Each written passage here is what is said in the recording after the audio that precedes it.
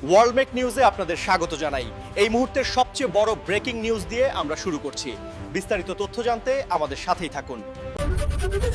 Supreme কোর্টে বড় জয় মমতার, কমিশনকে নোটিশ দিয়ে শীর্ষ আদালত বলল সংবেদনশীল হন। রাষ্ট্রপতি শাসন অবসানের পরে শপথ গ্রহণ মণিপুরের মুখ্যমন্ত্রী ওম নাম খেমচাঁদ সিং। সত্যি হলো রাহুলের বচন, সংসদে এলেন না মোদি, প্রধানমন্ত্রীর ভাষণের আগেই মুলতবি অধিবেশন। নাম বিভ্রাটে এআই যোগ, বৈধ ভোটারে হয়রানি মেনে মমতাকে ধন্যবাদ প্রধান বিচারপতির। দরকার হলে সময় বাড়বে, মমতার এসআইআর মামলায় পর্যবেক্ষণ প্রধান বিচারপতির। ভোটবঙ্গে ফেব্রুয়ারিতে ফের শাহী সফর, দলীয় নেতৃত্বের উপর আস্থা কমায় বারবার সফর। শূন্য থেকে শাসক দল, সিপিএম কংগ্রেসকে জোট টানতে হেলিকপ্টার টোপ হুমায়ুনের। ভোটমুখী বঙ্গে বিজেপি শুধু মঞ্চে, দিল্লিতে রাতের বৈঠকে সুকান্তদের ক্ষুব্ধ নবীন বলেন পথে নামুন। খিদিরপুরে জনতার রোষে জনতা উন্নয়ন পার্টির প্রতিষ্ঠাতা হুমায়ুনকে ঘিরে গো ব্যাক স্লোগান, চলে বিক্ষোভ। সন্দেশখালী বিজেপি কর্মীদের বিরুদ্ধে ভুয়ো মামলা, হাইকোর্টে গেরুয়া শিবির। ইরান আমেরিকার যুদ্ধ শুরু, নীল নকশা ছকে নেওয়ার পরে ইরানি ড্রোন গুড়িয়ে দিল মার্কিন ফৌজ। বাণিজ্য চুক্তির পর আর রুশ তেল কিনবে না ভারত, ট্রাম্পের মন্তব্যের পরেই মুখ খুললেন তৃণমূল। ট্রাম্পের রক্ষিতা মুনির শাহবাজ, ভারত মার্কিন বাণিজ্য চুক্তিতে কটাক্ষ পাক নাগরিকদের। এতক্ষণ শুনলেন সংবাদ শিরোনাম, এবার জানাবো বিস্তারিত খবর। আজকের বড় খবর, সুপ্রিম কোর্টে বড় স্বস্তি ও বড় জয় মমতা বন্দ্যোপাধ্যায়ের। এসআইআর মামলায় নির্বাচন কমিশনকে সরাসরি নোটিশ জারি করল শীর্ষ আদালত এবং কড়া বার্তা দিল সংবেদনশীল হন। বুধবার প্রধান বিচারপতি সূর্যকান্তের বেঞ্চে এসআইআর মামলার গুরুত্বপূর্ণ শুনানি হয়। এই শুনানিতে নিজেই পার্টি ইন পার্সন হিসেবে আদালতে হাজির হন মুখ্যমন্ত্রী মমতা বন্দ্যোপাধ্যায় এবং বাংলার সাধারণ মানুষের হয়রানির অভিযোগ তুলে ধরেন। প্রথমে মুখ্যমন্ত্রী আইনজীবী আদালতে জানান, চূড়ান্ত ভোটের তালিকা প্রকাশে বাকি মাত্র 11 দিন। এখনও 63 লক্ষ মানুষের শুনানি বাকি, 32 লক্ষ ভোটারকে আনম্যাপ বলা হয়েছে। হিসেব বলছে প্রতিদিন প্রায় 15 লক্ষ শুনানি করতে হবে, যা কার্যত অসম্ভব। এরপর নিজেই কথা বলেন মমতা।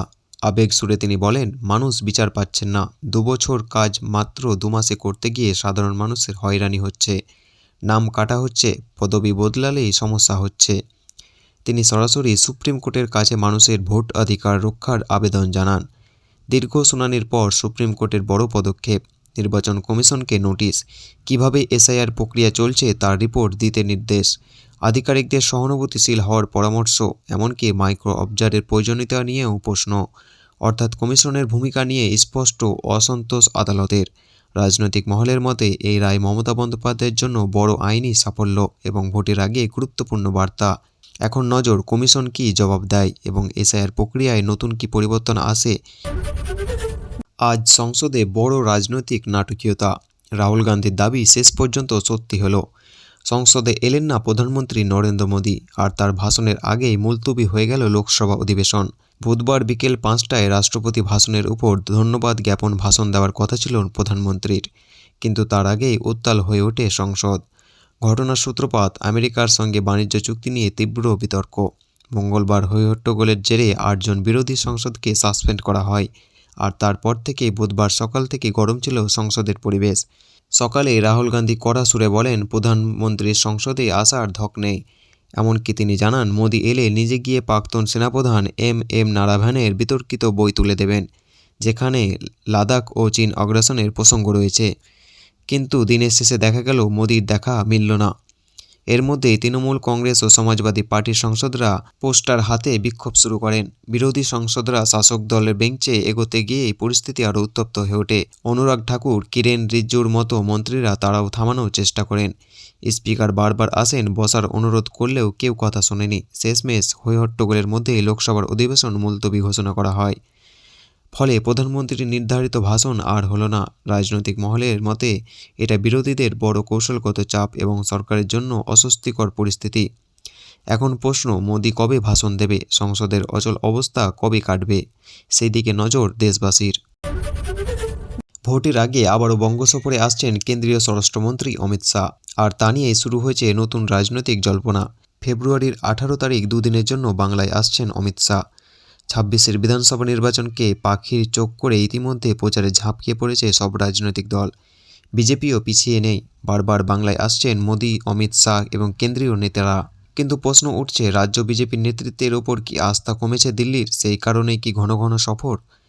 জানুয়ারির 30 তারিখেই কলকাতায় এসেছিলেন অমিত শাহ। হোটেলে বৈঠক করেন রাজ্য সভাপতি শ্রমিক ভট্টাচার্য এবং বিরোধী দলনেতা শুভেন্দু অধিকারীর সাংসদ সুকান্ত মজুমদারের সঙ্গে। এরপর ব্যারাকপুরে কর্মী সম্মেলন করেন তিনি। আর কয়েকদিনের মধ্যেই আবার নতুন সফর। তবে জানা যাচ্ছে, উচ্চ মাধ্যমিক পরীক্ষার জন্য এ সফর কোনো জনসভা নয়, বরং দলীয় কৌশল ও রণনীতি ঠিক করতে বৈঠক করবেন বঙ্গ বিজেপি ব্রিগেডের সঙ্গে। এর মধ্যে দিল্লিতে বাংলার বিজেপি সাংসদদের নিয়ে বৈঠক করেছেন দলের সর্বভারতীয় সভাপতি নীতিন নবীন। সেখানে স্পষ্ট বার্তা, শুধু মঞ্চেই থাকলে হবে না, নেতা কর্মীদের নামতে হবে রাস্তায়, পৌঁছাতে হবে মানুষের ঘরে ঘরে। রাজনৈতিক মহলের মতে এবার বাংলার ক্ষমতা দখল করাই বিজেপির প্রধান লক্ষ্য। আর তাই ঘন ঘন শাহের সফর অত্যন্ত তাৎপর্যপূর্ণ। এখন দেখার বিষয়, এই কৌশলটা কতটা সাফল্য হয় আর ভোটের ময়দানে কতটা প্রভাব ফেলতে পারে। এমনই আরও খবরের আপডেট পেতে চ্যানেলটিকে সাবস্ক্রাইব করুন। এতক্ষণ শুনলেন বিস্তারিত সংবাদ। আজকের মতো সংবাদ এখানেই শেষ হলো। ধন্যবাদ।